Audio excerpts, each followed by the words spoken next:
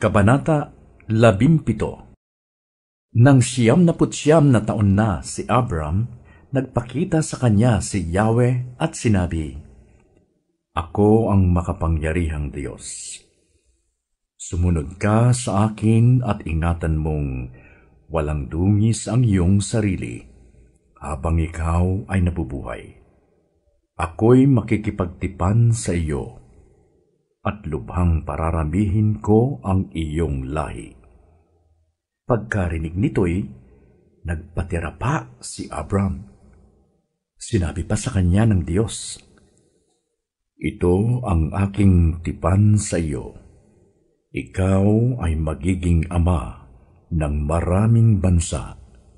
Hindi na Abram ang itatawag sa iyo, kundi Abraham, sapagkat ngayoy ginagawa kitang ama ng maraming bansa.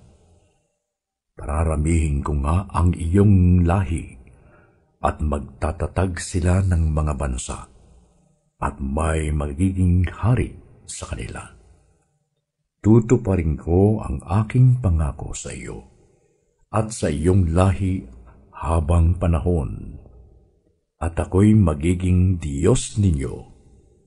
Ibibigay ko sa iyo at sa iyong magiging lahi ang lupaing ito ng Kanaan na iyong tinitirhan ngayon bilang isang dayuhan. Ito ang magiging pag-aari nila sa habang panahon, at ako ang kanilang magiging Diyos." Sinabi pa ng Diyos kay Abraham, "Ikaw at ang lahat ng susunod mong salinlahi ay dapat maging tapat sa ating kasunduan. Ganito ang inyong gagawin. Lahat ng lalaki sa inyo ay tutuliin. At iyan ang magiging palatandaan ng ating tipan.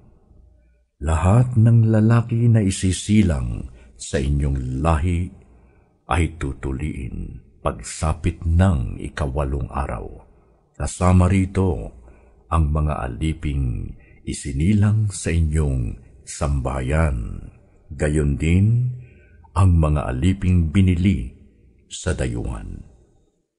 Ang palatandaang ito sa inyong katawan ang magiging katibayan ng ating walang katapusang kasunduan. Ang sinumang lalaking hindi tuli ay ititiwalag sa iyong lahi, sapagkat hindi siya tumupad sa ating kasunduan." Sinabi pa rin ng Diyos kay Abraham, "Hindi na Sarai ang itatawag mo sa iyong asawa, kundi Sara, sapagkat siya'y pagpapalain ko.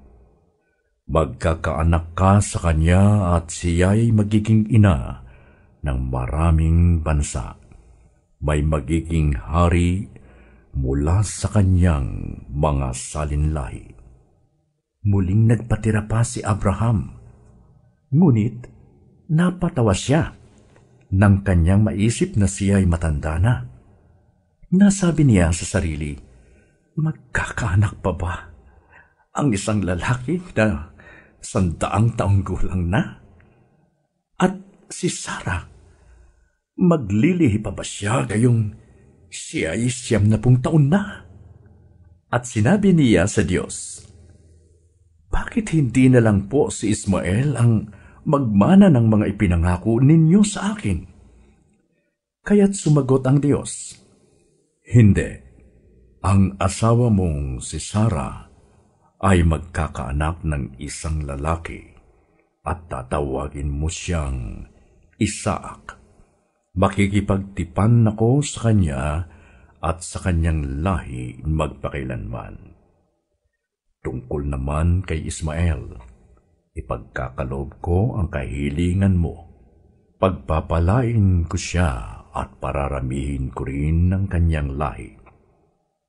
Magkakaanak siya ng 12 prinsipe at magiging bansang makapangyarihan ang kanyang salinlahi. Ngunit ang aking tipan sa iyo ay matutupad kay Isaac, na isisilang ni Sara sa 1 taon sa ganito ring panahon. Pagkasabi nito, nilisan ng Diyos si Abraham.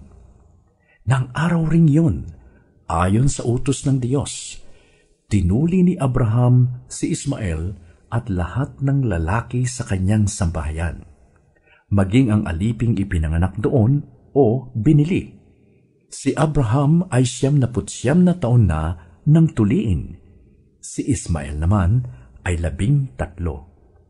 Tinuli sila sa parehong araw, at noon ding araw na iyon, tinuli ang kanyang mga alipin.